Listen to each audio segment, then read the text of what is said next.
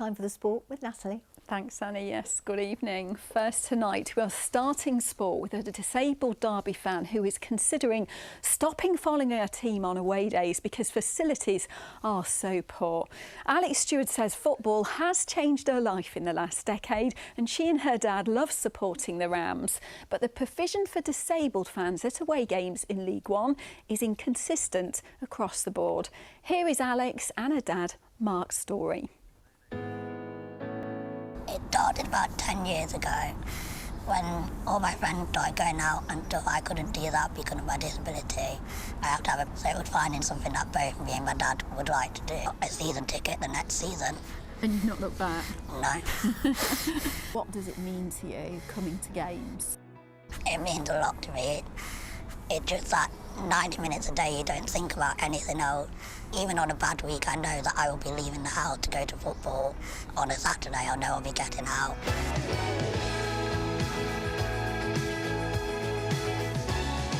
I'm 27 and I'm from Kilburn in Derbyshire.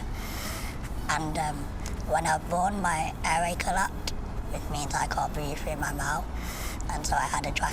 And that means I can't walk long distances and I have to have medical equipment with me.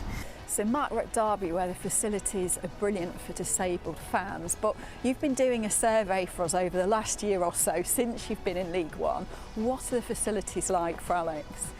Yeah, they're pretty poor in a lot of clubs, and we joked about when we got relegated that it was going to be bad, but we never thought it would be this bad. What kind of problems do you face? Not being able to see is the main one, would say, Alex. You can't see. Down How bad is it? Out of 10? Yeah. 4 out of 10 I'd give it League One. Do you get upset sometimes? And this is the first season where I've come away from an away match and thought, I don't really want to go away matches if it's like that. Whether it's because I've been surrounded by fans, whether that's Derby or opposite fans, or the facility I couldn't see, so what's the point in going if you can't see? Or just the whole experience. This is definitely the first season where I've come home from matches and I've been, I don't want to go there again. That was not nice at all.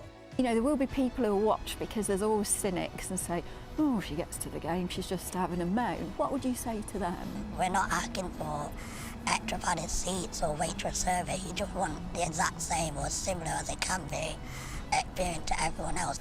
You pay the same price, you want to enjoy the football in the same way.